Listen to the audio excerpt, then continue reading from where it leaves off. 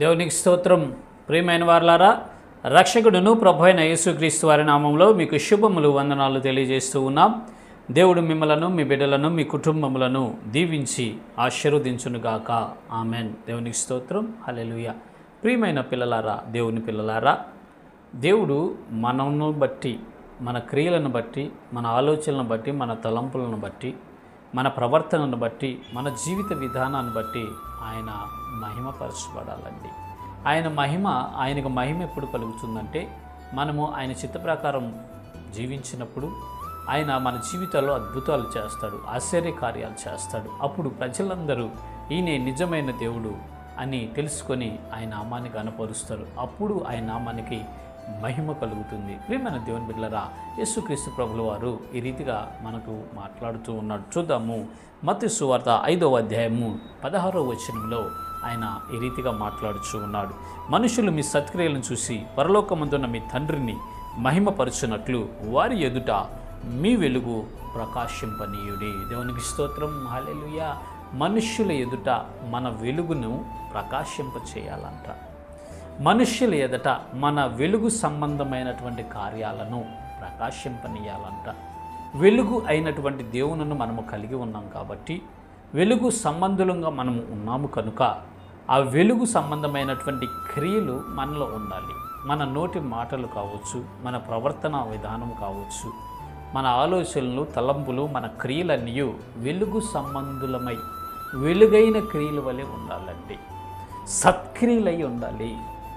మనము సత్క్రియలు చేసినప్పుడు మనము వెలుగు సంబంధులమని వారు గుర్తించి మనుష్యులందరూ మన పరలోకపు తండ్రిని మహిమపరుస్తారండి.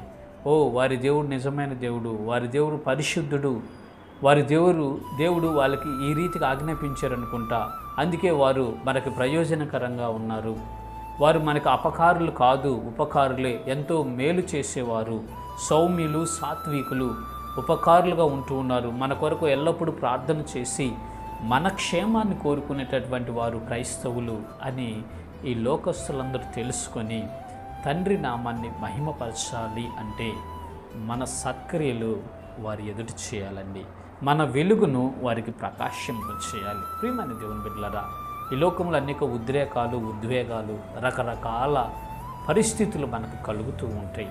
మనం ఈ జీవన సంబంధమైన వ్యాపారంలో వెళ్తూ ఉన్నప్పుడు, ఉద్యోగం చేసే చోట కావచ్చు, వ్యాపారం చేసే ప్రాంతంలో కావచ్చు, లేకపోతే నివసించే ప్రదేశాలలో కావచ్చు, మనం సంచరించే ప్రదేశాల్లో కావచ్చు, అనేకల వల్ల మనకి ఇబ్బందులు ఏర్పడుతూ ఉంటాయి. అయినను వాటన్నిటిని సహించుకొని, వారిని క్షమించి, ప్రేమ కలిగి వారితో ప్రేమగా మనం నడుచుకున్నప్పుడు, ప్రేమతో వారితో ఉన్నప్పుడు, ప్రేమ కలిగి మనం జీవించినప్పుడు ఒక నింద కావచ్చు, ఒక అవమానం కావచ్చు, ఎదుటి వ్యక్తి తొందరపడి మనల్ని ఏదన్నా మనం సహించుకొని తల ఉంచుకొని ప్రభువుకు అప్పగించుకొని మౌనంగా మనం ఉండగలిగినప్పుడు తర్వాత వాళ్ళే పశ్చాత్తాపడతారు. మన యొక్క సత్క్రియను చూసి మన పరలోకమందున్న మన దేవుడును, మన రక్షకుడైన యేసు ప్రభు వారిని, మన తండ్రిని వారు మహిమపరుస్తారు. వీళ్ళ దేవుడు వీరికి ఈ విధానం నేర్పించారనుకుంటా, అయ్యో నేనే తప్పు చేశానని వాళ్ళే పశ్చాత్తాపడి వాళ్ళు మనకి మిత్రులుగా మార్చబడతారు. తద్వారా కొంతకాలానికి వారు కూడా వెలుగైనటువంటి దేవుణ్ణి అంగీకరించడానికి అవకాశం ఉంటుంది. కాబట్టి ప్రియమైన దేవుని బిడ్డలారా, మీ వెలుగును ప్రకాశింపనీయుడి.